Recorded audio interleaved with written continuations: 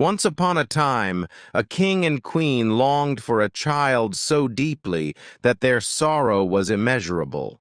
They tried everything, including vows and pilgrimages, but to no avail. Eventually, their wish was granted, and the queen gave birth to a daughter. A grand christening was held, and the princess had 7 fairies as godmothers, each bestowing a special gift upon her, ensuring she was perfect in every way. After the christening, a splendid feast was prepared for the fairies at the palace. Each fairy had a golden place setting with jewel-encrusted utensils. However, an old fairy, thought to be dead or enchanted, appeared uninvited. The king, having only 7 golden sets, couldn't provide one for her. Feeling slighted, the old fairy muttered threats. A young fairy, sensing potential trouble, hid behind the curtains to speak last and minimize the damage. The fairies gave their gifts. The youngest granted beauty, the next intelligence, another grace, the fourth perfect dancing, the fifth a lovely singing voice, and the sixth musical talent. When the old fairy's turn came, she spitefully declared that the princess would prick her finger on a spindle and die. This ominous prediction made everyone tremble and cry. At that moment, the young fairy emerged and assured the king and queen that their daughter would not die, but instead fall into a deep sleep lasting 100 years, to be awakened by a prince's kiss. To prevent the curse, the king immediately banned spindles and decreed that none be kept in the kingdom. Years later, when the princess was about 15 or 16, she wandered through the palace and found an old woman spinning with a spindle. Unaware of the king's decree, the old woman offered to let the princess try. As the princess touched the spindle, it pricked her finger, and she fell into a deep sleep. The palace staff tried everything to wake her: water, unfastening her clothes, and rubbing her hands and temples, but nothing worked. The king, recalling the prophecy, placed the princess in the finest room on a bed of gold and silver. She appeared angelic, her beauty undiminished by her slumber.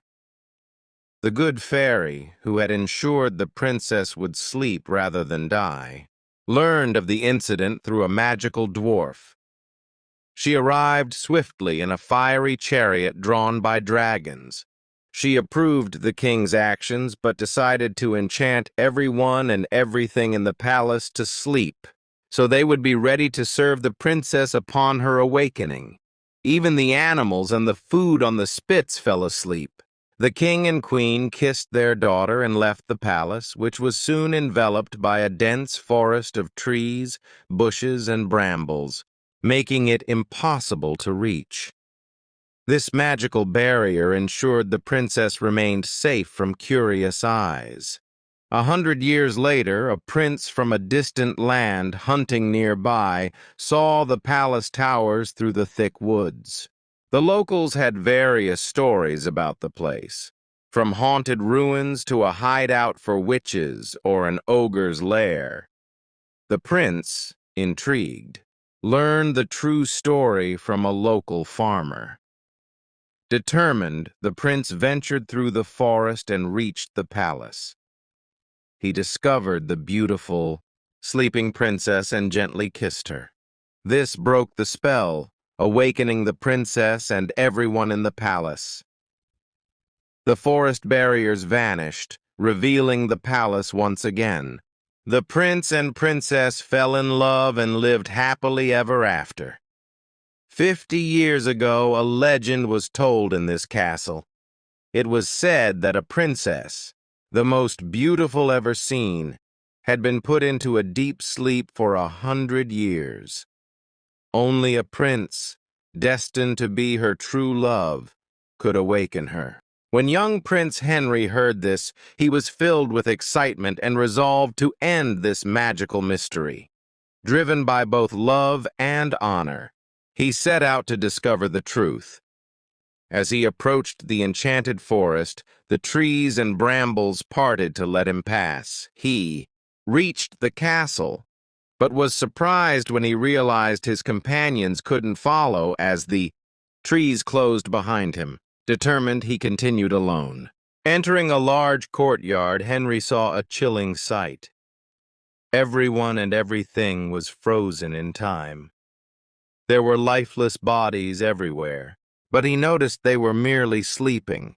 Their wine glasses are still half full. He moved on through a marble-paved court, climbed the stairs, and walked through several rooms.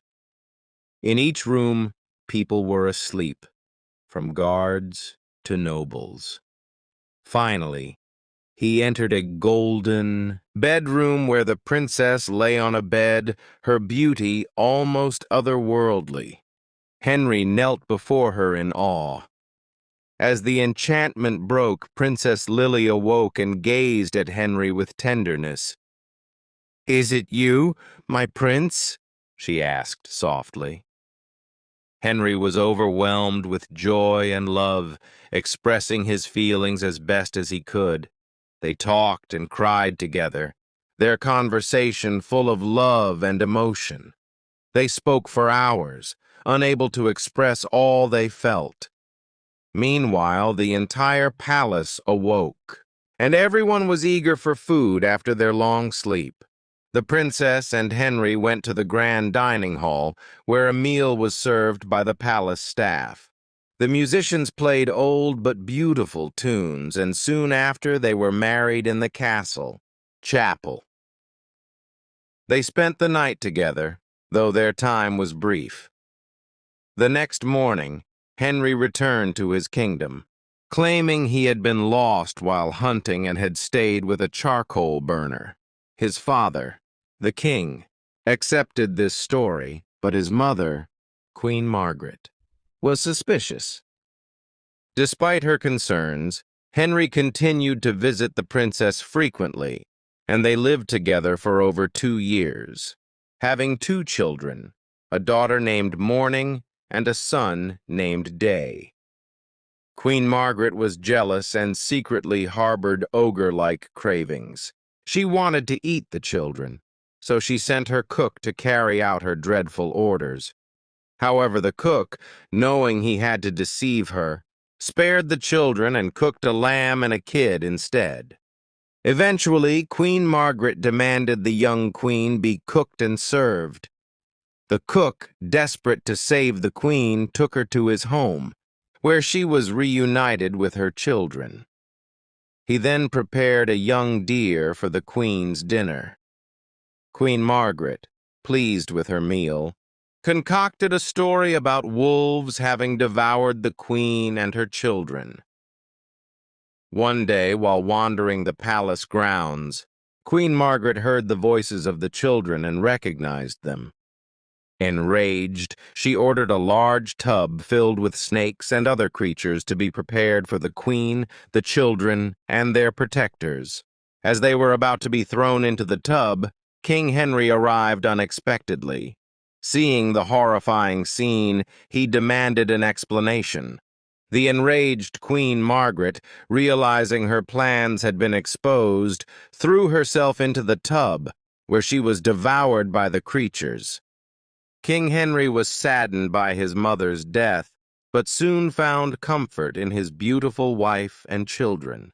The kingdom rejoiced in the end of the dark times, celebrating their return to peace and happiness.